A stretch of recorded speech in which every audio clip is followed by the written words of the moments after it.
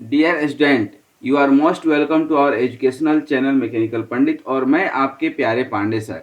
आज operation management में quality के ही अंदर एक कॉन्सेप्ट पढ़ेंगे जिसका नाम है कॉस्ट ऑफ क्वालिटी।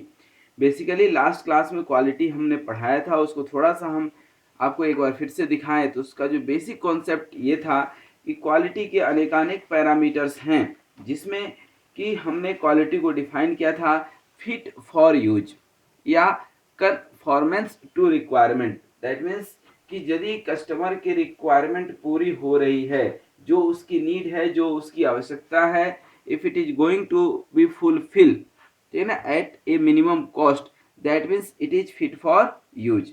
या जो आपने कमिटमेंट किया है, ठीक है ना, जो कस्टमर की रिक्वायरमेंट है, ये सब कुछ फुलफिल हो रहा है, that is the confirmation from your side, that is the quality.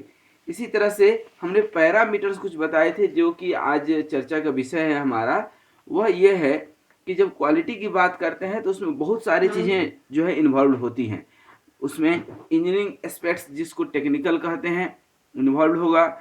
Ergonomics, that means जो आपका कंफर्ट लेवल है, जो डिजाइन है, that should be very much comfortable, देखने में भी अच्छा लगे, क्योंकि ये पंच तन्मात्रा जो है, शब्द, रूप, रस, गंध इत्यादि भी अच्छी लगनी चाहिए। तो देखने में ही तो अच्छी जो है कॉस्ट, जिसके ऊपर आज हमारी जो है पूरी की पूरी चर्चा है, पूरी की पूरी जो मेहनत जो है आज किस चीज़ पर है, इसी पर है, ठीक है ना। तो इसी पर आज हम लोग मेहनत करने वाले हैं।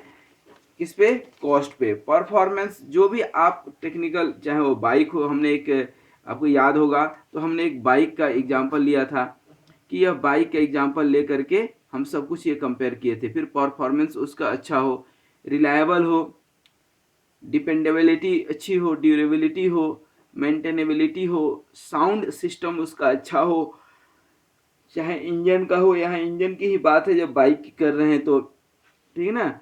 फिर यदि खाने पीने की बात करेंगे तो स्मेल अच्छा हो, टेस्ट अच्छा हो, लुक अच्छा हो, ये सब पैरामीटर हो। टेस्ट के साथ लुक भी, देखने में कोई चीज़ खराब लग रहा हो तो खाने में कितना भी अच्छा हो आदमी नहीं खाता है।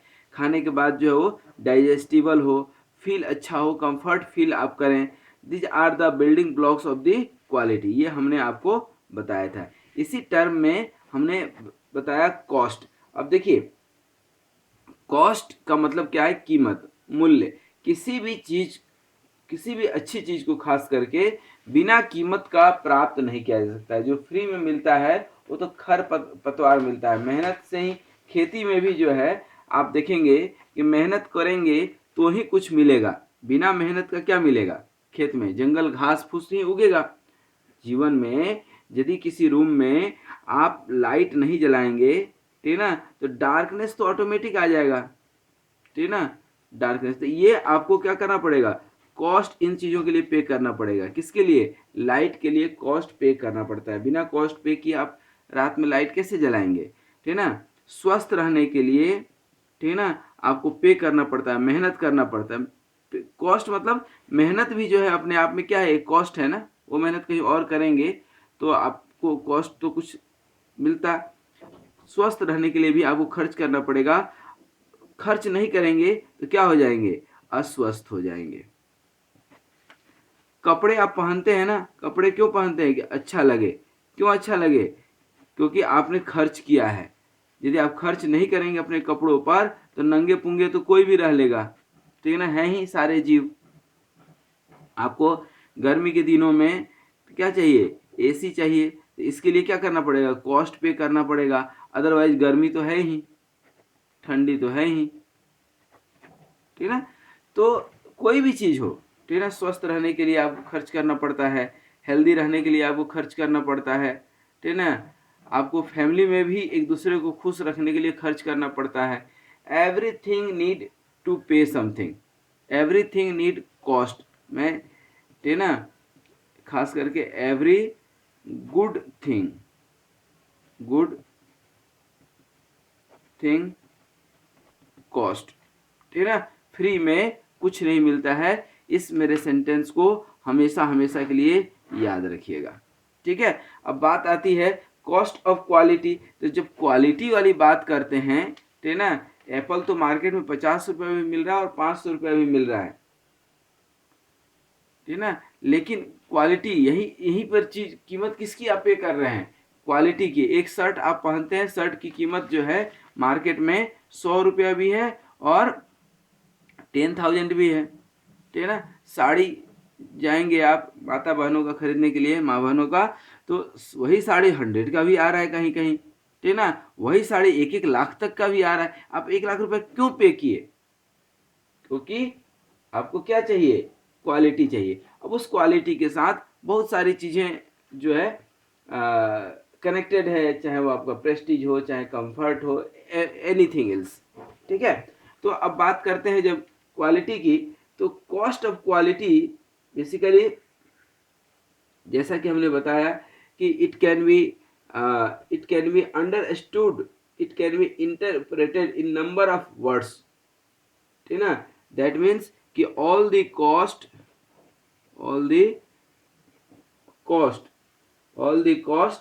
ठीक है ना, इन दी in the product to the production, ठीक है ना, all to the production is not only sufficient। क्योंकि अब यहाँ पर समझिएगा, ये हमने बहुत बड़ी बात लिखी है कि प्रोडक्ट में, प्रोडक्शन में जो खर्च करेंगे अच्छी क्वालिटी देने के लिए, वो तो सही है, लेकिन that is not the sufficient. अब सफिशियंट क्या होगा, ठीक है ना, basically what are being expected from the customer side, ठीक है ना।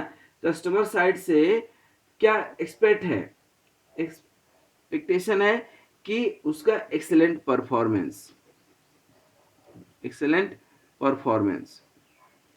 एक और चीज आप मार्केट में देखे होंगे, सेलिंग स्किल।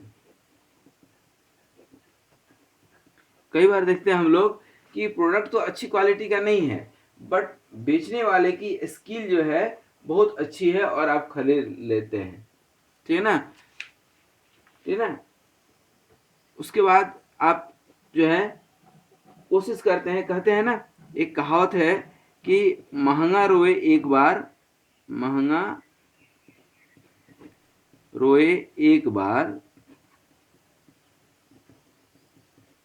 और सस्ता रोए बार बार। कहने का मतलब क्या है कि कोई चीज आप जब महंगी खरीदते हैं तो आप क्या बोलते हैं कि चलो एक ही बार तो पैसा देना है, लेकिन एक क्वालिटी वाली सामान है तो अच्छी ही होगी, ठीक है ना। तो इसका मतलब क्या है, इसके साथ एक्सपेक्टेशन क्या क्या रहता है कि आपका मटेरियल या जो भी प्रोडक्ट आप खरीद रहे हो क्या होगा, फेल नहीं होगा, ठीक है ना, लॉन्ग जो है ड्यूरेशन तक चलेगा, रिलायबल होगा, ड्यूरेबल होगा। एक और आप कहानी सुने होंगे, prevention is better than cure. बार बार कोई प्रोडक्ट हम खरीदें, बाइक खरीदें, बार बार मेंटेनेंस में ज़्यादा से ज़्यादा पैसा हम खर्च करें, इसके बजाय क्यों ना हम पहले ही थोड़ा सा पैसा ज़्यादा लगा करके, prevention is always cheaper, prevention is better than cure, नाम तो सुने होंगे। तो प्रिवेंशन इज ऑलवेज चीपर, ये भी एक कॉन्सेप्ट याद रखिए। एक तीसरा कॉन्सेप्ट और यदि हम आपको बताएं तो परफॉर्मेंस जो है किसी भी चीज़ का जिसका आप मेजर कर सकते हैं, दैट इज वैल्यूएबल, ठीक है ना। तो मेजरमेंट, यदि कुछ उसका आप मेजरमेंट कर सकते हैं तो दैट इज ऑलवेज वेलकम। तो आप देखिए क्या क्या चीज आप कंपेयर करते हैं, ये कॉस्ट ऑफ फेल्यूर यहीं पे हम जोड़ दे रहे हैं। कॉस्ट ऑफ फेल्यूर क्या हो गया कि this basically inspection, testing, checking of the जो है प्रोडक्ट, ठीक है ना। तो बेसिकली जब आप ऐसा कुछ नहीं किए, प्रॉपर चेकिंग नहीं किए, टेस्टिंग नहीं किए, एटीसी, तो क्या होगा कि this cost will be associated with getting the wrong branding, ठीक है ना, जब कोई ब्रांड प्रोडक्ट है बार बार वो फेल हो रहा है तो होता है कि भाई इसका प्रोडक्ट अच्छा नहीं रहता, ये क्वालिटी स्टैंडर्ड नहीं है, ठीक है ना। इसमें भी दो तरह का फेल्यूर होता है, इंटरनल फेल्यूर और एक्सटर्नल फेल्यूर। ध्यान रखिएगा, यहाँ मैं लिखता हूँ क्या, internal failure, internal failure and external failure. Internal और एक्सटर्नल का मतलब क्या है कि these cost which occur when below quality standard product are produced and detected before they leave the production facility. Company के अंदर ही अंदर पता चल गया, जिसको बाई बैक बोलते हैं। कई बार आप न्यूज़पेपर वगैरह में पढ़ते हैं कि कंपनी ने कार बेच दी, फिर कस्टमर से बाई कॉल बैक करती है, ठीक है ना, कॉल बैक करती है कि भाई इस जो है कार के इंजन में कुछ खराबी रह गई है, एक समय के बाद दिक्कत दे सकती है, इसलिए आप इसको हमें दे दे, मैं ठीक करके आपको देता हूँ। या बाई बैक भी करती है कई बार कि पूरी तरह से खराब है, ठीक होने वाला है। क्यों बाई बैक कर रही है? छोटे मोटे कंपनी नहीं करेगी, लेकिन बड़ी कंपनी करती है। क्यों करती है? इसलिए करती है ताकि ताकि जो है उसका ब्रांड नेम खराब ना हो, ठीक है ना। और जब कस्टमर के पास आ गया उसके बाद यदि फेल होता है तो फिर वो एक्सटर्नल फेल्यूर कहलाता है। इसमें जो कॉस्ट लगता है, इसमें जो है सबसे पहले तो कंप्लेन करना जो है लाजमी है, कंप्लेन करेगा। फिर रिपेयरिंग एंड सर्विसिंग का, फिर प्रोडक्ट रिप्लेसमेंट भी कई बार होता है, क्योंकि यदि वारंटी गारंटी में है तो कई बार कस्टमर जो है लीगल एक्शन ले लेता है। लीगल लायबिलिटी जो आ गई वो भी कंपनी का ही लॉस है। और लॉस ऑफ कस्टमर विल, ये मैं एक जगह लिख देता हूँ, जो है एक्सटर्नल फेल्यूर, ताकि आपको याद रहे कौन कौन सा। सबसे पहला जो कॉस्ट आएगा कि कंप्लेन करेगा कस्टमर, क्या, कस्टमर कंप्लेन करेगा, ठीक है। ये एक्सटर्नल फेल्यूर का जो है कॉस्ट बता रहे हैं, कंप्लेन का कॉस्ट। दूसरा कॉस्ट क्या होगा आपका, कंप्लेंट होगा। दूसरा कॉस्ट होगा आपका रिपेयरिंग एंड सर्विसिंग का, एंड सर्विसिंग का कॉस्ट होगा। तीसरा जो कॉस्ट आएगा आपका, हो सकता है प्रोडक्ट ही बदलना पड़े, वारंटी गारंटी में हो तो रिप्लेसिंग दी प्रोडक्ट, रिप्लेसमेंट करना पड़ सकता है, ठीक है ना। हो सकता है कुछ लीगल लायबिलिटी भी बन जाए, लीगल लायबिलिटी, ठीक है ना। और लास्ट आपका हो सकता नहीं, होगा ही होगा, ठीक है ना, कि कस्टमर के साथ जो गुडविल था, कस्टमर गुडविल भी आपका क्या होगा, खराब होगा, ठीक है ना। तो ये सब जो लॉस आप देख रहे हैं ना, ये बेसिकली जो लॉस है कंपनी साइड की लॉस है। कस्टमर की तो जो लॉस है ही, लेकिन अभी तो कंपनी की बात कर रहे हैं, ठीक है ना। उसी तरह से एक कॉस्ट आता है, ठीक है ना, कॉस्ट ऑफ अप्रेजल। क्या आता है? Cost of appraisal. मैं यही लिख देता हूं, कॉस्ट ऑफ, यहाँ लिखते हैं, ये तो यहाँ जगह नहीं मिलेगा, कॉस्ट ऑफ अप्रेजल। कम से कम 4 पे तो विचार करें। ये क्या हो गया? Cost of failure, cost of prevention, cost of measurement, और ये क्या हो गया? Cost of appraisal. Cost of appraisal में जो है आपको हमने बताया ना अभी कि इसमें जो है कब अप्रेजल आपको मिलेगा, प्रशंसा कब मिलेगी? प्रोडक्ट की थ्रू, जब आप प्रोडक्ट में अच्छे से इंस्पेक्शन कर लें, कुछ खराबी तो नहीं है, प्रोडक्ट की आप अच्छे से टेस्टिंग कर लें, प्रोडक्ट की क्या कर लें? टेस्टिंग कर लें,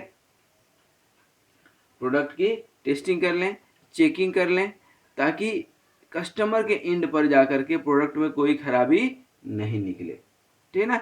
इसी तरह से हमने आपको बताया था कॉस्ट ऑफ प्रिवेंशन। तो हम बताए थे ना, prevention is always cheaper, prevention is always better than cure, ठीक है ना। तो ये जो क्वालिटी चेक है, ठीक है ना, यहाँ जो कॉस्ट लगेगा, किसका कॉस्ट लगेगा? कि डिजाइन आपका अच्छा हो, मैन्युफैक्चरिंग अच्छा हो, ठीक है ना। जो आपका संभावना है कि प्रोडक्ट कहाँ धोखा दे सकता है, उसको आप पहले ही क्रॉस चेक कर लें। काउज और डिफेक्ट जो है कोई डिफेक्ट क्यों आता है वो आप यहाँ पर आइडेंटिफाई कर लें। करेक्टिव एक्शन आप पहले ही ले लें, या कस्टमर को कोई सावधानी बरतना है तो आप पहले ही मेंशन कर दें। ठीक ना, these are the concept of prevention.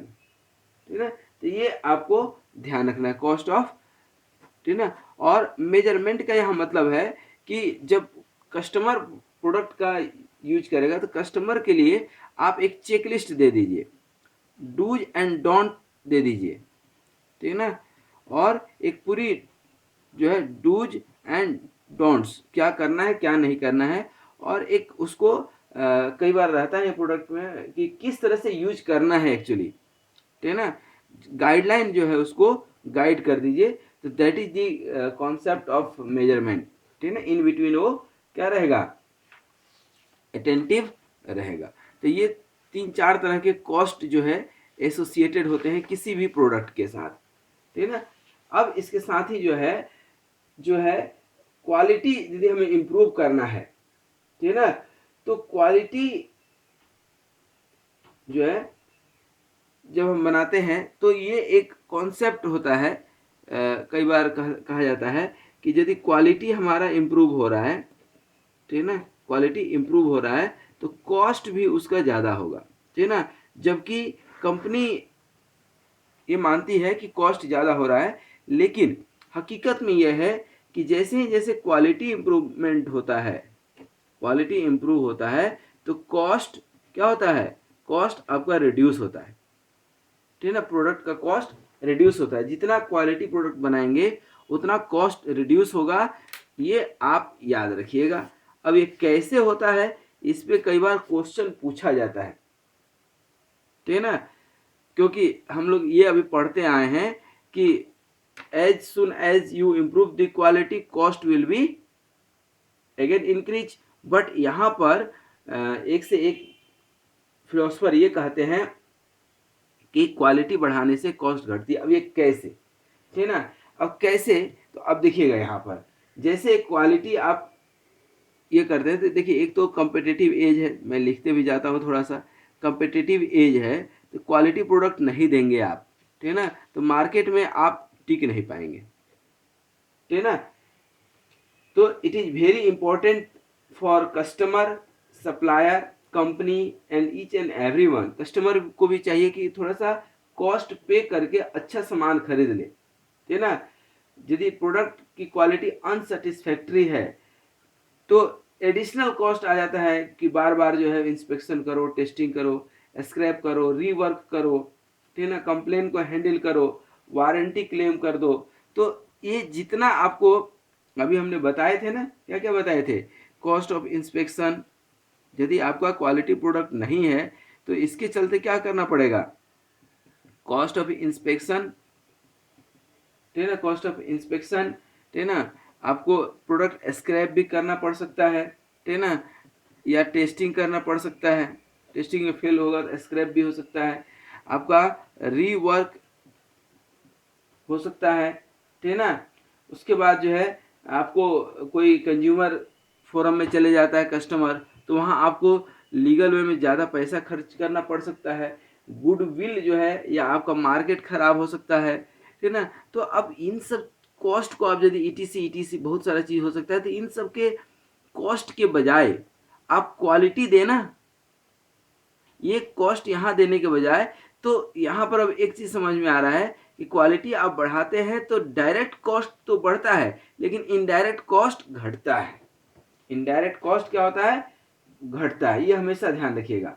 ठीक है ना, तो इससे क्या होगा कि जब आप गुड क्वालिटी देंगे, ठीक है ना, गुड क्वालिटी देंगे, अच्छी क्वालिटी देंगे, तो आपका क्या होगा, कस्टमर की सेटिस्फेक्शन, कस्टमर सेटिस्फेक्शन बढ़ेगी। सिर्फ कस्टमर सेटिस्फेक्शन बढ़ेगा नहीं, बल्कि आपका भी, आपके एम्प्लॉय का, आपका ब्रांड नेम, आपकी ब्रांड नेम भी अच्छा होगा। ठीक है ना, आपका ब्रांड नेम भी क्या होगा, इम्प्रूव होगा। ठीक है ना, इसके साथ ही आपका रीवर्क घटेगा। ठीक है ना, रीवर्क घटेगा, फिर जैसे कंपनी है, यदि प्रोडक्ट वारंटी गारंटी में है या अंडर सर्विस है तो सर्विस फ्री करने देना पड़ेगा। तो ये सब कॉस्ट से क्या हो जाता है, आपको जो है मुक्ति मिल जाती है। तो जो प्रोडक्ट आप कॉस्ट के चक्कर में 800 रुपया में दे रहे थे, 200 रुपये में उसकी क्वालिटी बढ़ा देते हैं तो कितना कॉस्ट हो गया, 1000 रुपया। 1000 रुपया में अच्छी क्वालिटी दे करके आप इन सारे ताम झाम से, इन सारे समस्याओं से आप क्या हो सकता है, बच सकते हैं। ठीक ना। उसी तरह से आप ध्यान देंगे तो quality is directly related to, जो है क्वालिटी जो है, quality is directly related to productivity. अब बोलेंगे सर इसका प्रोडक्टिविटी से क्या लेना देना है। अब देखिए प्रोडक्टिविटी को हम पढ़ा चुके हैं। प्रोडक्टिविटी कई सारे कॉन्सेप्ट को इनकम्पासेस करता है। परफॉर्मेंस भी है इसमें। प्रोडक्टिविटी मतलब performance, satisfaction, satisfaction of customer and employee as well. कोई एम्प्लॉय यदि अच्छी कंपनी में काम करता है तो बोलता है कि हम इस कंपनी में काम करते हैं, तो उसको भी प्राउड फील होता है, उसको भी प्राउड फील होता है। तो सेटिस्फेक्शन, ठीक है ना। तो इसमें जो है क्वालिटी जब इंप्रूव होगा आपका तो प्रोडक्टिविटी ऑटोमेटिक इंप्रूव होती है, ठीक है ना। प्रोडक्टिविटी ऑटोमेटिक इंप्रूव होती है। जैसे मान लीजिए कि कोई कंपनी है XYZ, ठीक है ना। अब वो 100 कोई मान लीजिए कि कंपनी कप बनाती है, ठीक है ना। अब 100 कंपनी में यदि आपका 20 का लॉस हो रहा है, अब आपने प्रोडक्शन इंक्रीज कर दिया। प्रोडक्शन इंक्रीज नहीं करना है, प्रोडक्टिविटी इंक्रीज करना है, ध्यान रखिएगा, प्रोडक्टिविटी इंक्रीज करना है। अब कैसे करेंगे, अब मान लीजिए कि प्रोडक्शन में यदि आप इसको बढ़ा देते हैं 120 और जो है यहाँ पर 20% खराब निकल रहा था, अब 30% खराब निकल गया, तो आपका अल्टीमेटली लॉस ज्यादा हो गया, ठीक है ना।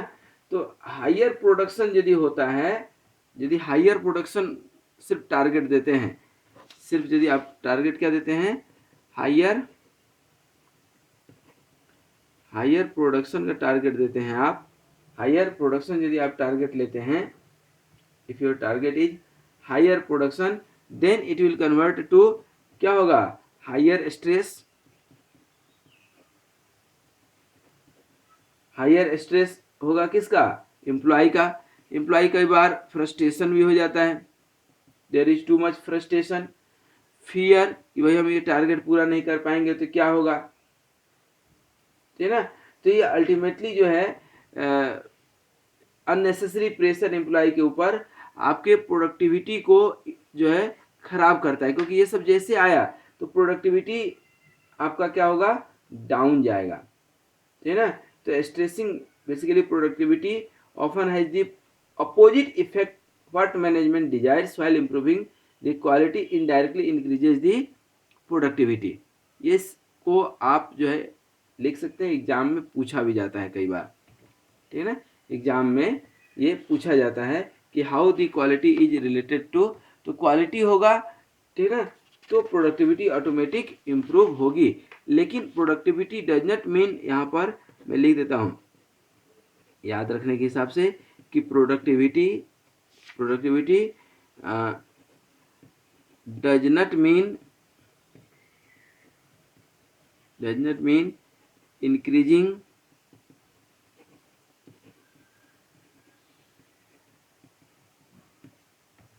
ठीक है ना, productivity does not mean increasing the production, ठीक है। इसके साथ ही एक आता है कि जब क्वालिटी जब बात करते हैं ना तो basically it is chain of quality, chain reaction of, इसी को हम लोग बोलते हैं चेन रिएक्शन ऑफ।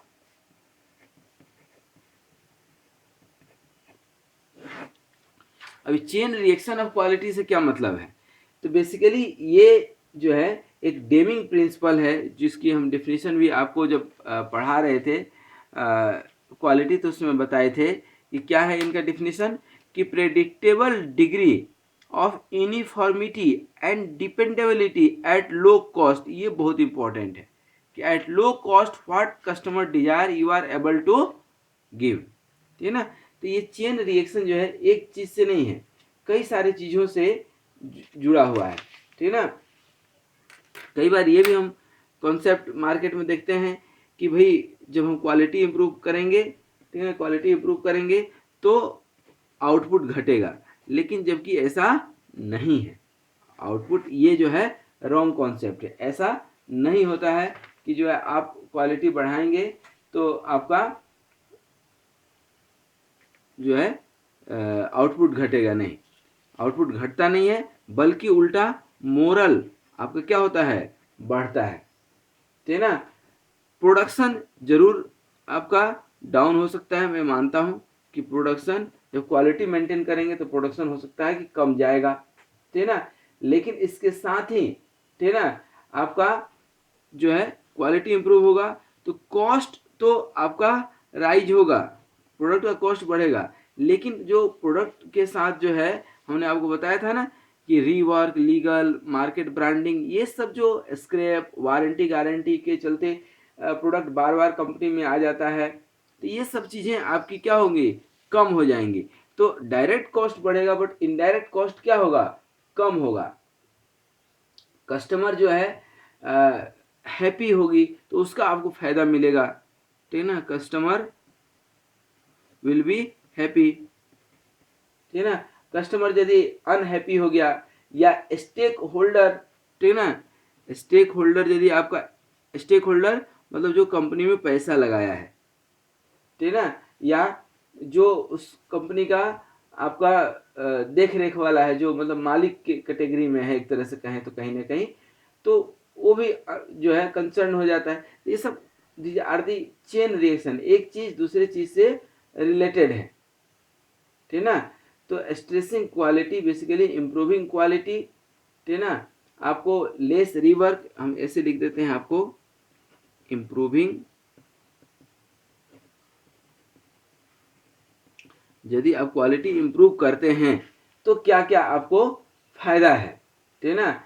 सबसे पहले तो क्वालिटी इंप्रूव कर लेते हैं तो आपको लेस रीवर्क, रीवर्क आपको उसमें नहीं करना पड़ेगा, लेस रीवर्क, रीवर्क नहीं करना पड़ेगा आपको।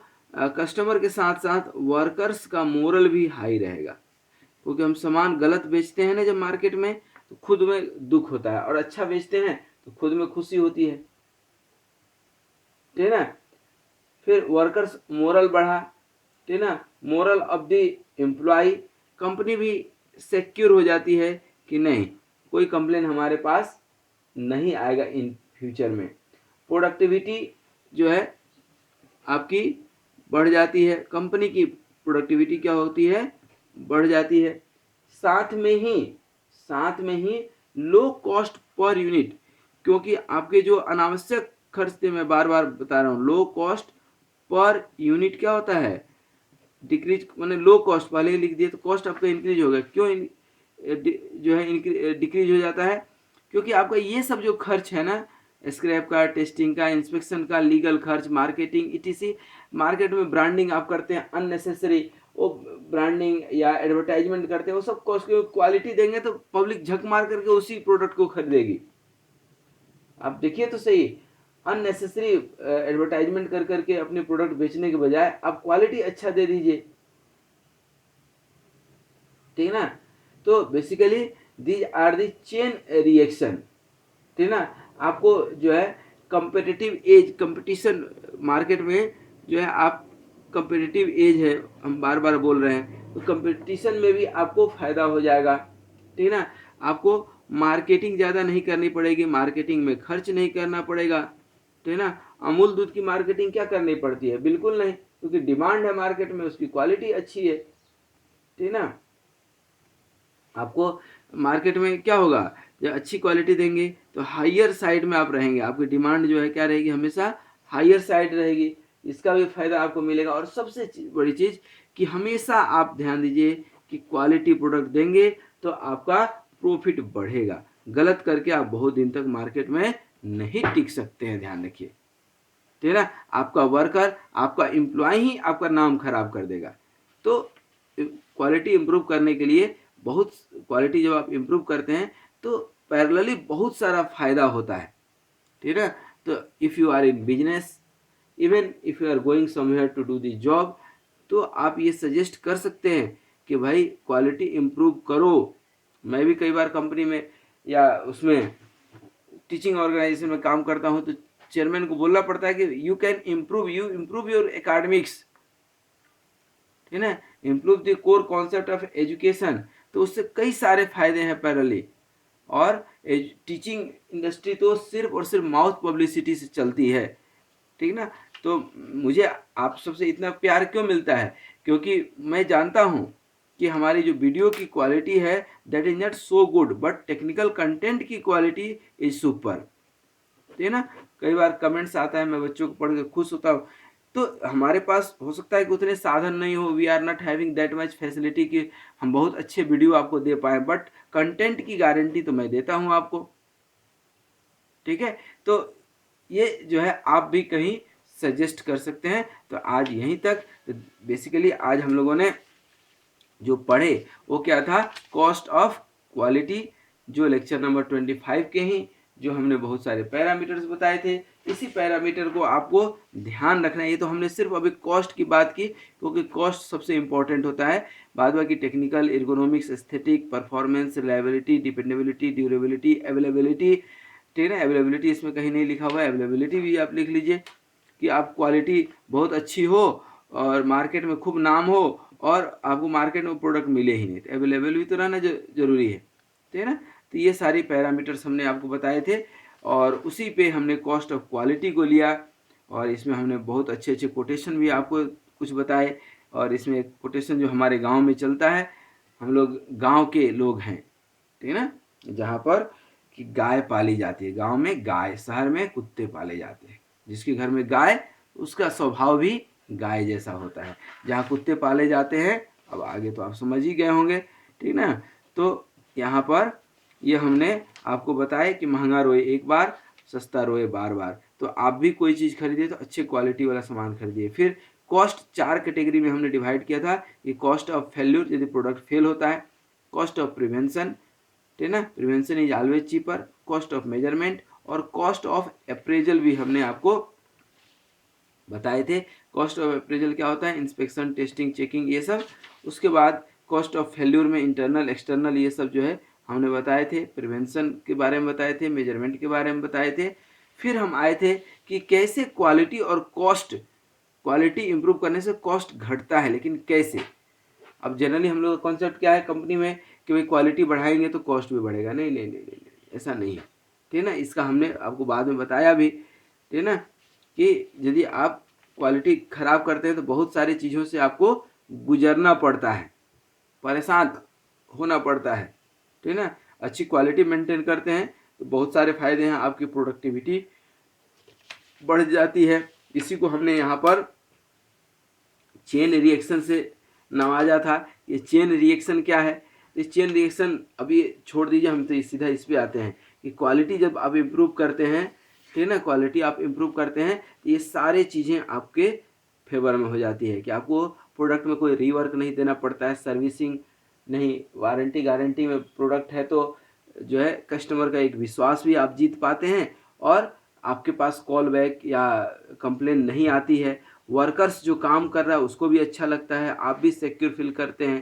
प्रोडक्टिविटी इंप्रूव होती है और ultimately cost per unit item क्या होती है, घटती है, क्योंकि आपको ब्रांडिंग नहीं करना है, एडवर्टाइजमेंट नहीं करना है, मार्केटिंग नहीं करना है, कस्टमर झक मार के आपके पास आएगी।